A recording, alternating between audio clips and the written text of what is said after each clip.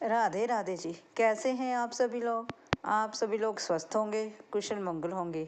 आप सभी के स्वास्थ्य और कुशल मंगल की कामना मैं ईश्वर से करती हूँ कि आप सभी लोग स्वस्थ रहें और कुशल मंगल रहें।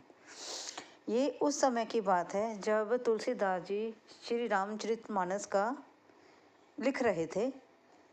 तब उस समय श्री रामचंद्र जी के ये चित्रण का वर्णन करते हुए जब रामायण लिखी जा रही थी, तब तुलसीदास जी जा रहे थे। रास्ते में उन्हें एक लड़का मिलता है। वह कहता है कि आप उस तरफ से ना जाए, वहाँ पर एक बैल खड़ा है जो आते जाते सभी लोगों को मार रहा है। तुलसीदास जी कहते हैं, ये तो छोटा सा बालक है, इसे क्या पता, कण कण में श्री रामचंद्र जी वास करते हैं, उस बैल में भी रामचंद्र जी वास करते हैं। मैं उनको हाथ जोड़ूंगा और वे मुझे जाने देंगे। इतना कहकर वह वहाँ से तुलसीदास जी चल दिए। जैसे ही तुलसीदास जी आगे चले, हाथ तो बैल ने जोड़ने का मौका ही नहीं दिया। बैल ने उन्हें इतनी ज़ोर से पटका कि जहाँ पर रामायण लिखी जा रही थी, वहाँ पर तुलसीदास जी जाकर गिर पड़े। और तुलसीदास जी इतने गुस्से में आ गए कि उन्होंने रामायण का पन्ना फाड़ने की कोशिश की। जब तुलसीदास जी रामायण का पन्ना फाड़ने लगे, तो वहाँ पर हनुमान जी प्रकट हुए।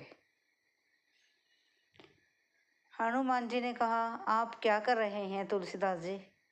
तुलसीदास जी ने कहा, ये सब कुछ झूठ है, कुछ भी सच्चाई नहीं है, इसलिए मैं इस पन्ने को फाड़ रहा हूँ। क्योंकि तुलसीदास जी गुस्से में थे, इसलिए। तो हनुमान जी ने कहा, ये तो आपके लिए गलत है, क्योंकि आपने बैल में तो रामचंद्र जी को देखा, लेकिन उस बालक में नहीं। उस बालक में भी रामचंद्र जी थे, जो आपको आगाह करने आए थे कि आगे रास्ते में खतरा है, आप आगे मत जाइए। लेकिन आपने उस बालक की बात अनसुनी कर दी और आप आगे को चल दिए, जिसके कारण आपको ये सजा मिली। जब आप कहते हैं कि कण कण में राम जी बसते हैं, तो उस बालक में भी राम जी थे। इसलिए हमें कुछ तो काम अपनी समझदारी से करने होंगे।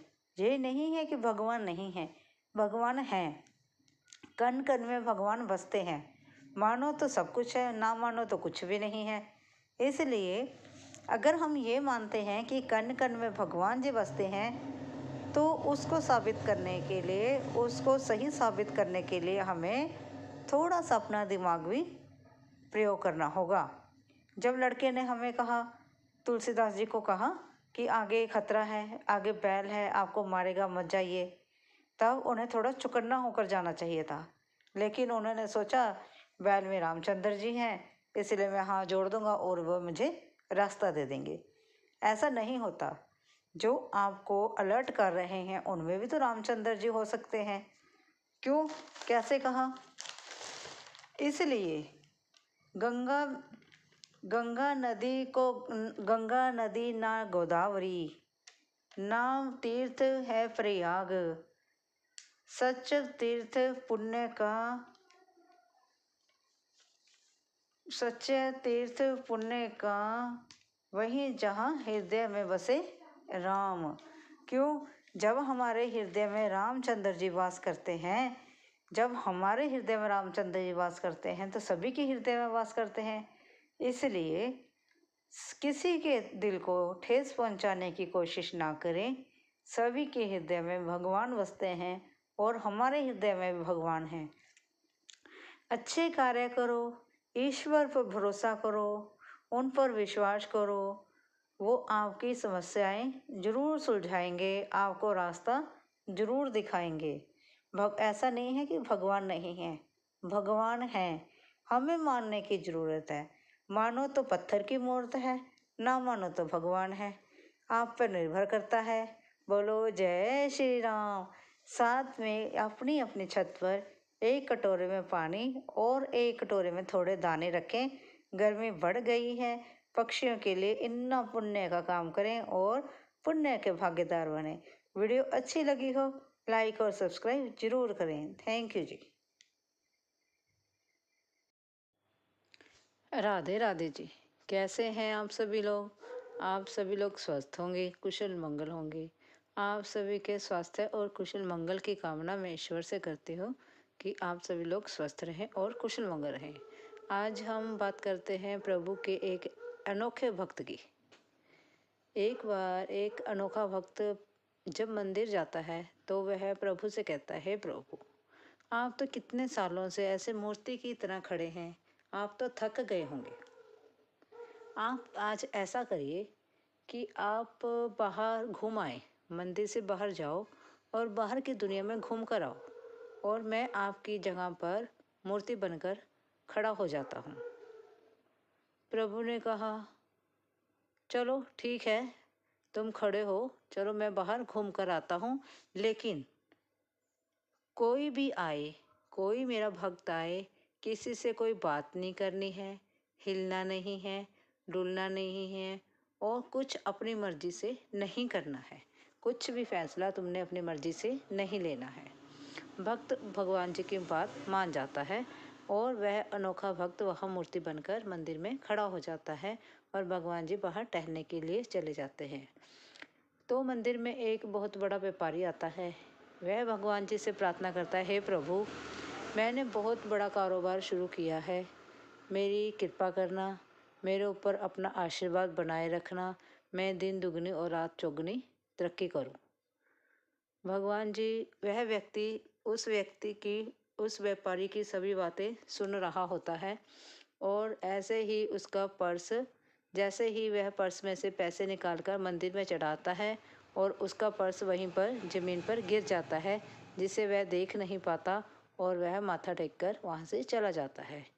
इतने में एक गरीब व्यक्ति आता है उस मंदिर में। वह भगवान जी से प्रार्थना करता है, हे प्रभु, आज मेरे बच्चे सुबह से भूखे हैं, उनको खाने के लिए कुछ नहीं मिला है, कृपा करके आप मेरे ऊपर कृपा करें और मेरे बच्चों को कुछ खाने के लिए दें।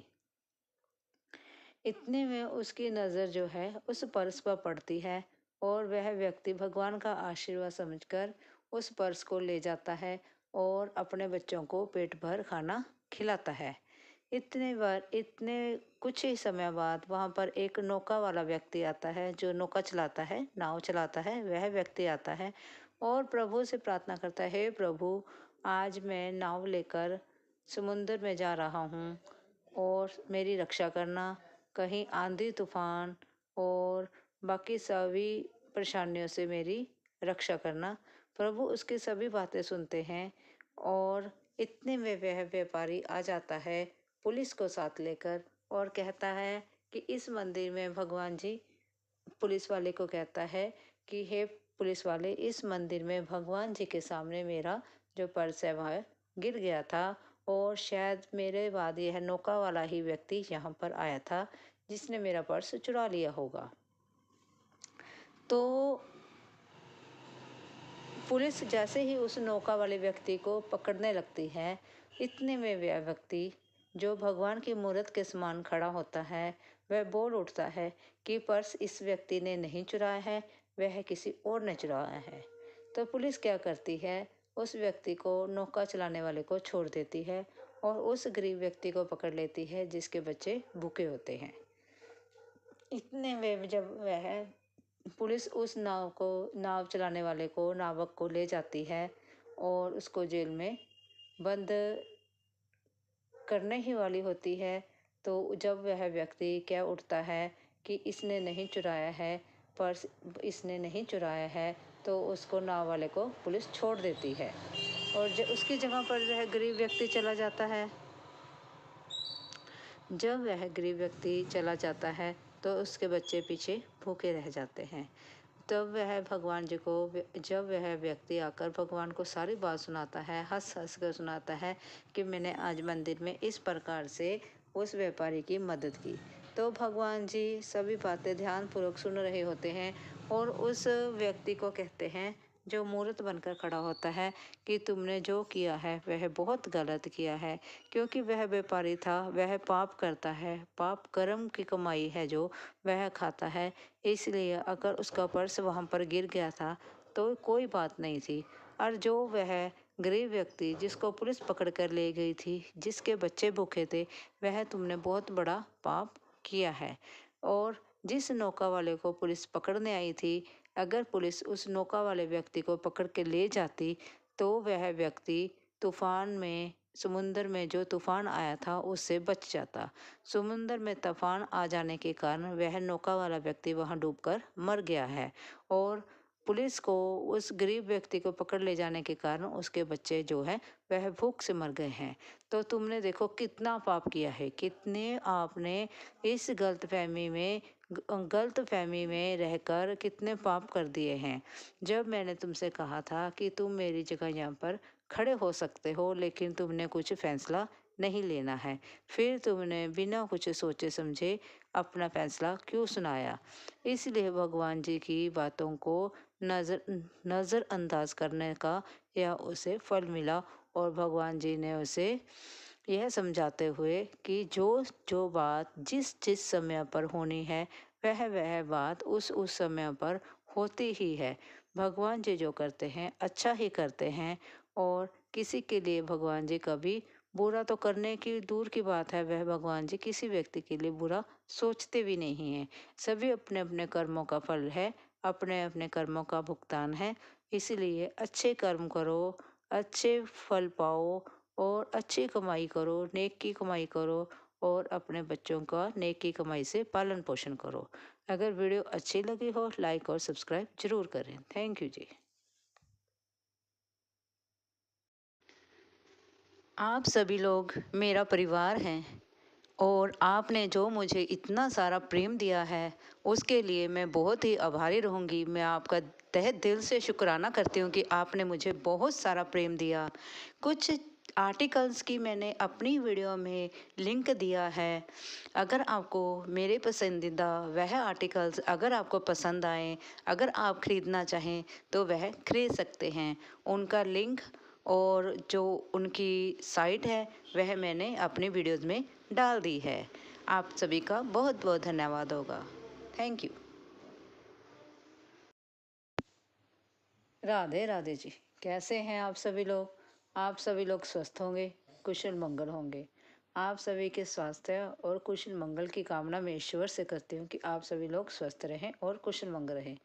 आज हम बात करते हैं शिव जी के एक निर्धन भक्त की। शिव के एक ऐसा भक्त जो एक दिन उसको खाने के लिए कुछ नहीं मिलता। एक बार एक गांव में एक व्यक्ति था, उसको खाने के लिए उस दिन कुछ भी ना मिला। वह घर गया, पत्नी से कहा कि आज तो मेरी कोई कमाई नहीं हुई है।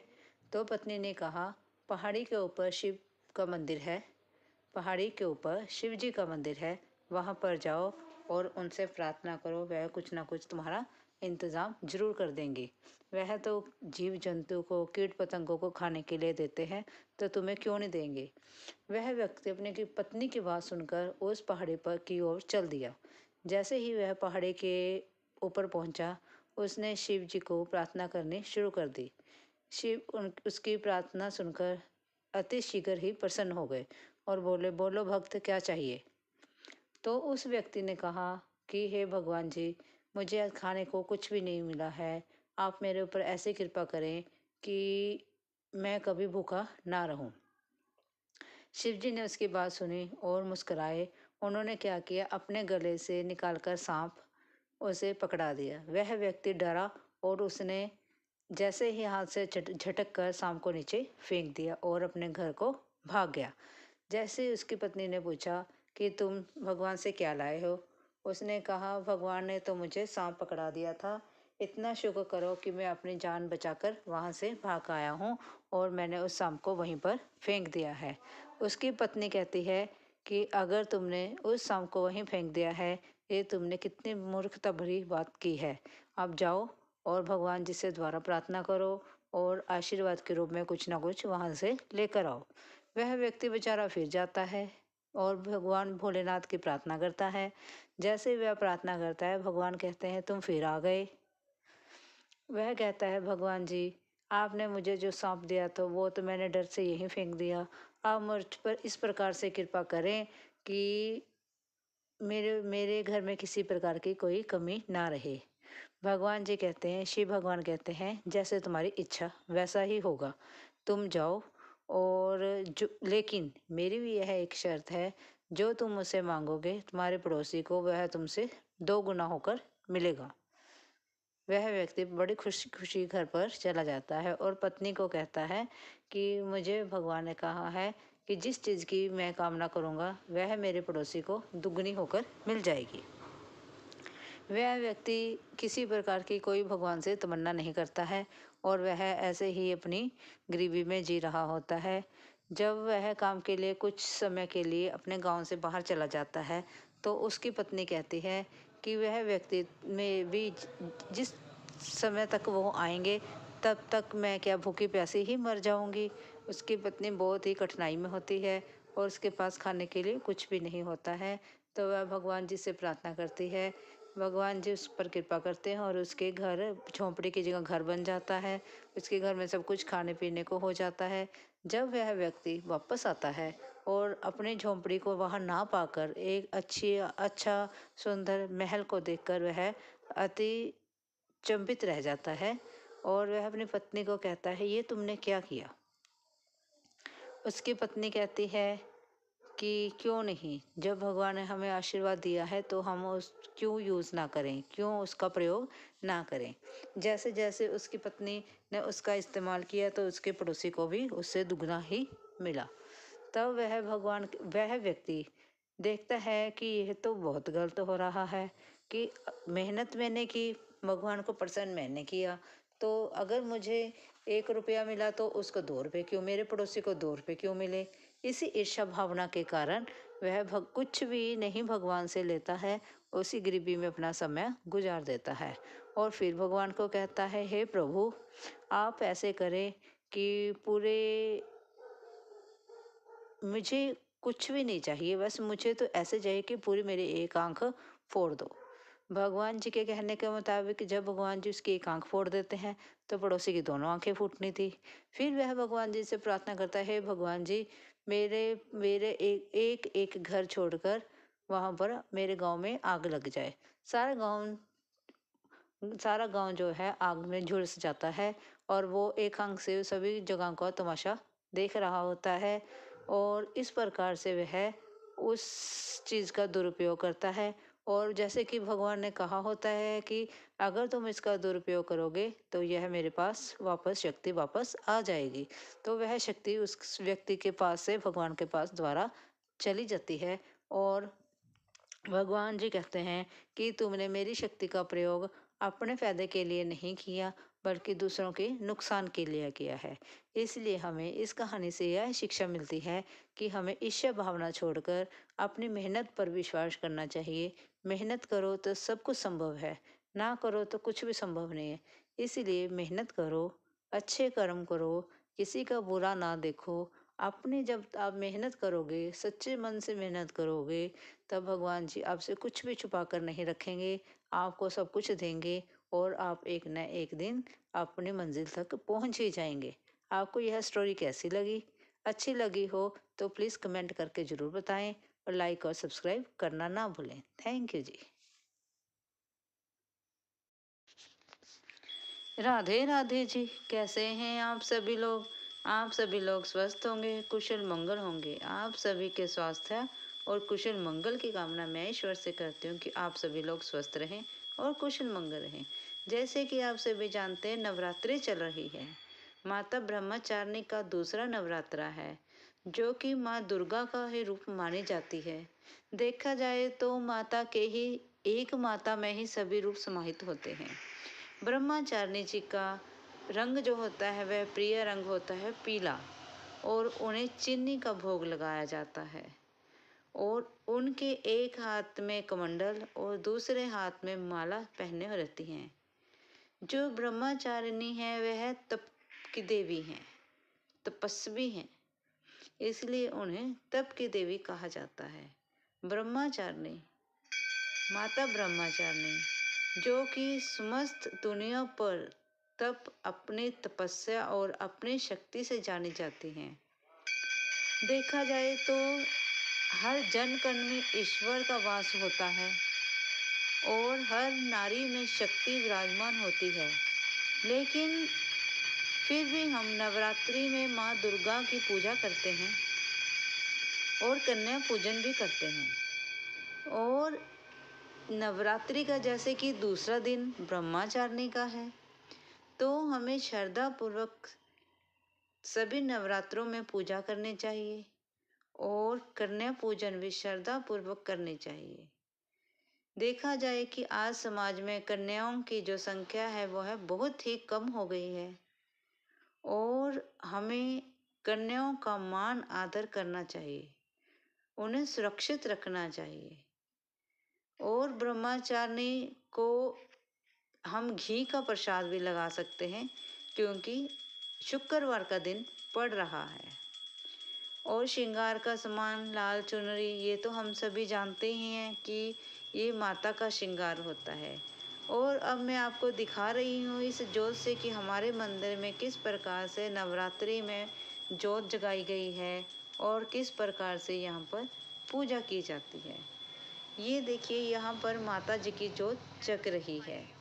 और देखिए, मैंने अपने वीडियो में कुछ लिंक भी डाल दिए हैं, जहाँ पर जाकर आप अपने पसंदीदा सामान खरीद सकते हैं। और अगर आपको वह सामान पसंद हो तो उस साइट पे जाएं और उन्हें खरीदें। धन्यवाद जी। राधे राधे जी। कैसे हैं आप सभी लोग? आप सभी लोग स्वस्थ होंगे, कुशल मंगल होंगे। आप सभी के स्वास्थ्य और कुशल मंगल की कामना मैं ईश्वर से करती हूँ कि आप सभी लोग स्वस्थ रहें और कुशल मंगल रहें। आप सभी को नवरात्रि की शुभकामनाएं। जैसे कि आप सभी जानते हैं कि आज जैसे कि आप सभी लोग जानते हैं, नवमी का नवरात्रा माँ सिद्धिदात्री के नाम होता है। सिद्धिदात्री के नाम होता है। माता सिद्धिदात्री को हलवा पूरी का प्रसाद लगता है और माँ को पान, सुपारी, ध्वजा, नारियल और लाल चुनरी ये सब बहुत पसंद है। ये उनको अर्पित होती हैं सभी चीज़ें। और माँ सिद्धिदात्री जो होती है, सभी काम सिद्ध करने वाली माता होती है। इनकी पूजन से हमारे सारे काम अपने आप ही बनते चले जाते हैं। माँ सिद्धिदात्री माँ पार्वती का ही रूप है, दुर्गा का ही रूप है। और माँ भगवान शिव ने भी, जो भगवान शिव हैं, उन्होंने भी अपनी सिद्धियाँ माँ सिद्धिदात्री से ही प्राप्त की थी। माँ सिद्धिदात्री की पूजा याचना करने से हमारे काम सभी सिद्ध हो जाते हैं और हमें सभी सिद्धियों की प्राप्ति होती है। और हम हमारे मन में, हमारे जीवन में किसी भी और चीज़ को पाने की कोई भी इच्छा नहीं रहती है। इसलिए माँ सिद्धिदात्री की पूजा याचना हमें निष्ठा भावना से करनी चाहिए। और माँ सिद्धिदात्री को के दिन, नवमी के दिन भी कुछ लोग कंजकें बिठाते हैं, कंजक पूजन करते हैं, तो हमें उस दिन कंजक पूजन कर लेनी चाहिए। और कंजक पूजन करने के लिए हमें साफ़ सुथरे स्वच्छ कपड़े पहनने चाहिए और श्रद्धापूर्वक ही उनका पूजन करना चाहिए। वैसे तो कन्याओं के लिए हर दिन एक जैसा होता है, और अगर हम कन्याओं की हर रोज़ रक्षा करें, रिस्पेक्ट करें, तो हर दिन अष्टमी है और हर दिन ही नवमी है। इसलिए हमें लड़कियों का, कन्याओं का, इन बच्चियों का सुरक्षा के लिए कुछ विशेष ध्यान रखना चाहिए और हमें इनके प्रति जागरूक रहना चाहिए। और माता सिद्धिदात्री की हमें श्रद्धापूर्वक पूजन करना चाहिए।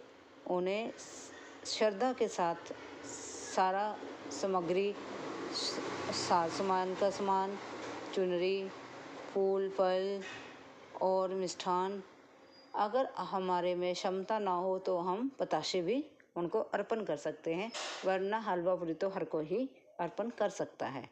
और आप सभी को माँ सिद्धिदात्री की पूजा की हार्दिक शुभकामनाएं। आप सभी के लिए ये नवरात्रे जो हैं, नवरात्रे शुभ रहे हों।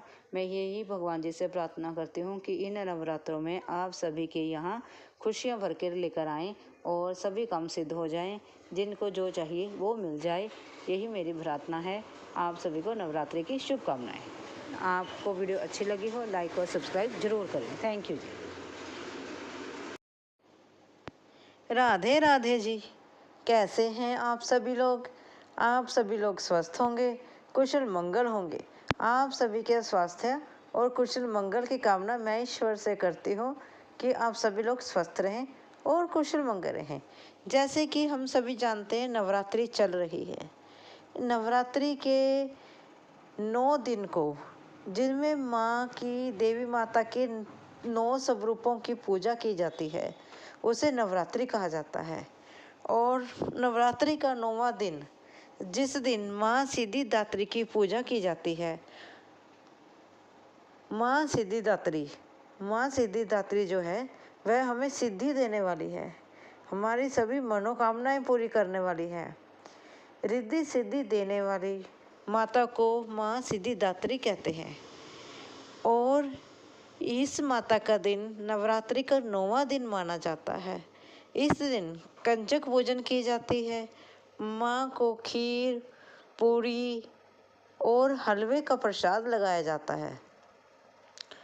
और इस दिन भेंट स्वरूप माँ को पान, सुपारी, नारियल, ध्वजा, चुनरी, चूड़ियाँ, मेहंदी, रोली, सिंदूर, ये सभी चीज़ें, कुमकुम, इत्र, ये सभी चीज़ें जो है माँ को भेंट स्वरूप भेंट की जाती है।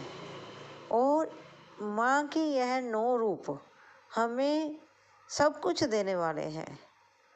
हमें रिद्धि सिद्धि, धन दौलत, ऐशो आराम, सुख शांति, स्वास्थ्य, सब कुछ देने वाले हैं। इन 9 नवरात्रि में लोग 9 दिन माता की व्रत भी करते हैं, उपवास भी करते हैं। और जो लोग उपवास करते हैं, श्रद्धा भावना से पूजन करते हैं, माँ की सेवा करते हैं, माँ का पूजन करते हैं, माता रानी उनकी सभी मनोकामनाएं पूर्ण करती है और उन्हें शीघ्र ही दर्शन देती है। माता रानी का व्रत रखने वालों को पर माता रानी बहुत ही प्रसन्न हो जाती हैं, जल्दी शीघ्र प्रसन्न होकर उन्हें आशीर्वाद देती हैं और उनकी सभी इच्छाएं पूरी भी करती हैं। जो 9वां दिन होता है, इस दिन आपको ये तो सभी को पता है, खीर पूड़ी हलवा प्रसाद लगता है। 9वें दिन कंजक पूजन की जाती है। कंजक छोटी छोटी लड़कियों को घर बुलाकर उनके पैर धुलाकर श्रद्धापूर्वक प्रेम से उन्हें साफ स्वच्छ भोजन कराया जाता है और उन्हें भेंट स्वरूप तोहफे भी दिए जाते हैं। अपनी अपनी समर्थ अकॉर्डिंग उन्हें तोहफे दें। तोहफे भी ऐसे दें जो उन बच्चियों के काम आए। कोई पढ़ाई का सामान दे दें, पढ़ने लिखने का सामान दें, कापी किताब पेंसिल दें, अन्य प्रकार की सामग्री दें, ताकि जो उनके ज़रूरतमंद का सामान हो, ऐसे हमें उन्हें साजो सामान का देना चाहिए। नवरात्रि वाले दिन लोग मंदिर में जाकर माँ दुर्गा की पूजा करते हैं, हवन कराते हैं। ठीक है ना जी। ये 9 नवरात्रे बड़ी श्रद्धा पूर्वक से मनाए जाते हैं। इसी प्रकार से जैसे अब ये आश्विन के नवरात्रे चल रहे हैं, इसी प्रकार से चैत्र के नवरात्रे भी होते हैं और गुप्त नवरात्रे भी होते हैं। चैत्र के नवरात्रे और आश्विन के नवरात्रे जो होते हैं वह धूमधाम से और सजावट से, धूप दीप सब कुछ इस प्रकार से मनाए जाते हैं। लेकिन जो गुप्त नवरात्रे होते हैं वह गुप्त तौर से ही मनाए जाते हैं। वह दिखावे में किसी को पता ही नहीं चलता कि नवरात्रि चल रहे हैं। अपने अंदर से ही नवरात्रि मनानी होती है, वह गुप्त रूप से। ठीक है ना जी। आप सभी जो नवरात्रि में व्रती रहे हैं, जो उपवास किया है, उन सभी को अपनी सेहत का पूरा ध्यान रखना चाहिए। उन्होंने माता रानी को खुश करने के साथ साथ अपनी सेहत में भी सुधार किया है, क्योंकि उपवास भी हमारे शास्त्रों में इस प्रकार से बताया गया है, जैसे कि किसी दिन हम अगर कुछ ना खाएं, उपवास करें, तब हमारे शरीर का जो अंदर का संचालन होता है वह सही ढंग से सुचारू ढंग से कार्य करने लगता है। और हमें कभी कभी उपवास जरूर करना चाहिए। और आप सभी को इन नवरात्रों की बहुत बहुत शुभकामनाएं हैं। माता रानी करे आप स्वस्थ रहें, खुश रहें, आपका जीवन खुशहाल रहे। यह नवरात्रि आप सभी के जीवन में ढेर सारी खुशियाँ लेकर आए और आप सभी की मनोकामनाएं पूर्ण हो। इसलिए आपको ये 9 नवरात्रि 9 दिन की पूजा 9 देवियों की पूजा की बहुत बहुत हार्दिक बधाई हो। और फिर 10वां दिन। राधे राधे जी, कैसे हैं आप सभी लोग? आप सभी लोग स्वस्थ होंगे, कुशल मंगल होंगे। आप सभी के स्वास्थ्य और कुशल मंगल की कामना मैं ईश्वर से करती हूँ कि आप सभी लोग स्वस्थ रहें और कुशल मंगल रहें। आज हम एक राज्य की बात बताते हैं। एक राज्य में, एक राजमहल में एक बार एक जादूगर आता है। वह राजा की परमिशन लेके उनके महल में जादू दिखाने का सोचता है। राजा जो है उस जादूगर को जादू दिखाने की परमिशन दे देता है और वह जादूगर राजमहल में राज्यसभा में जो है जादू दिखाता है। राज दरबार में जो जो उपस्थित होते हैं सभी जादूगर की भिन्न भिन्न प्रकार की झांकियाँ, भिन्न भिन्न प्रकार के जादू देखकर बहुत प्रसन्न होते हैं और खुश हो जाते हैं। तब जादूगर जो है वह भी उन्हें खुश देखकर बहुत प्रसन्न होता है कि सभी लोगों को मेरा जादू बहुत पसंद आया। सभी लोगों को जब उनका जादू पसंद आता है तब जादूगर में थोड़ा सा अहम आ जाता है। अहंकार आने के कारण वह कह उठता है कि इस राज्य में क्या कोई ऐसा व्यक्ति है जो मेरे जादू को चुनौती दे। इससे पहले कि राजा उससे अपनी हार से, अपनी मालाओं से, गले से निकाल के मालाओं से उसे इनाम दे, उससे पहले ही वहाँ पर विराजमान एक व्यक्ति जो उनका राजा का जो एक सबसे अहम व्यक्ति है, जो उनका सबसे बुद्धिमान व्यक्ति है राजमहल का, वह उठता है और कहता है, हाँ मैं तुम्हें चुनौती देता हूँ, मैं तुम्हारे जादू को चुनौती देना चाहता हूँ। तब जादूगर कहता है, हाँ बताओ तुम क्या जादू दिखाओगे। फिर वह व्यक्ति बोलता है, जादू तो मैं इस प्रकार से दिखाऊंगा जो मैं बंद आंखों से कर सकता हूँ वह तुम खुली आंखों से नहीं कर सकते। जादूगर हैरान होता है कि ऐसा क्या जादू दिखाएगा कि जो ये बंद आंखों से कर लेगा लेकिन मैं खुली आंखों से नहीं कर सकता।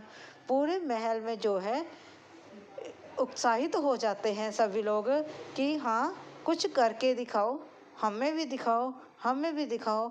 इस प्रकार से सारा दरबार जो है गूंज उठता है। तो जादूगर को भी यही कहना ही पड़ा, चलो मानना पड़ा उसको भी। उसने कहा चलो ठीक है, तुम बंद आंखों से कर दो, मैं खुली आंखों से कर दूंगा। जादूगर ने चुनौती को स्वीकार कर लिया। ठीक है ना जी। तो वह व्यक्ति बड़ा चतुर था, चतुराई के कारण तो वह वैसे ही मशहूर था, तभी तो राज्य महल का वह अहम व्यक्ति था। यूं ही थोड़ी अहम बन गया, अगर वह चतुर था तभी बन गया ना, तभी तो राजा ने उसे अपना स्पेशल व्यक्ति बनाया, उसको अपना अहम व्यक्ति बनाया। तो वह व्यक्ति कहता है कि जाओ लाल मिर्ची लेकर आओ। उसके कहने पर दरबार में लाल मिर्च का पाउडर जो है वह हाजिर कर दिया जाता है। और फिर वह कहता है कि मैं आंखें बंद करता हूँ, तुम मेरी आंखों पर लाल मिर्ची डाल दो। फिर वह व्यक्ति आंखें बंद करता है और उसकी आंखों में लाल मिर्ची डाल दी जाती है। फिर जादूगर ने यही करना होता है, उसने तो खुली आंखों से करना था। फिर उसकी आंखों में खुली में मिर्ची डाली जाती है तो वह चिलमिला उठता है। इस प्रकार से पूरे महल में वह जादूगर इतना ज़्यादा तिलमिला उठता है, नेचुरली है कि तिलमिलाएगा तो है ही, जब आंखों में मिर्ची जाएगी तकलीफ तो होगी। वह दूसरा व्यक्ति था, उसकी आंखें बंद थी, जब उसकी आंखों में मिर्ची लगी तो वह तड़फा ही नहीं, वह तिलमिलाया नहीं, उसे कोई फर्क नहीं पड़ा। इस प्रकार से उस व्यक्ति ने जादूगर का जो घमंड है वह तोड़ा। तब इस प्रकार से हमें भी यही चुनौती मिलती है, इस प्रकार से हमें यही शिक्षा मिलती है कि हमें भी कोई भी काम करके हमें अहंकार नहीं करना चाहिए और किसी भी चुनौती को स्वीकार करने से पहले उसे सोच समझ लेना चाहिए। ऐसा ना हो कि हम अपने अहम में, अपने घमंड में ऐसी चुनौती स्वीकार कर लें कि जैसे जादूगर का हाल हुआ, कहीं हम भी उसी प्रकार से पछताएं।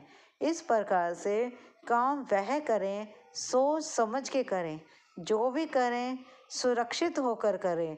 पहले देखें कि आप जो काम कर रहे हैं वह सही है या गलत है। जो आप कार्य कर रहे हैं उससे आपको या किसी दूसरे को कोई नुकसान तो नहीं होगा, और फिर वह कार्य संपन्न करें। ऐसा ना हो कि आपके द्वारा किया गया कार्य किसी दूसरे व्यक्ति को दुख दे, तकलीफ दे या आपको खुद दे। इसलिए अगर आपको यह कथा अच्छी लगी हो, प्लीज़ लाइक और सब्सक्राइब ज़रूर करें। धन्यवाद जी।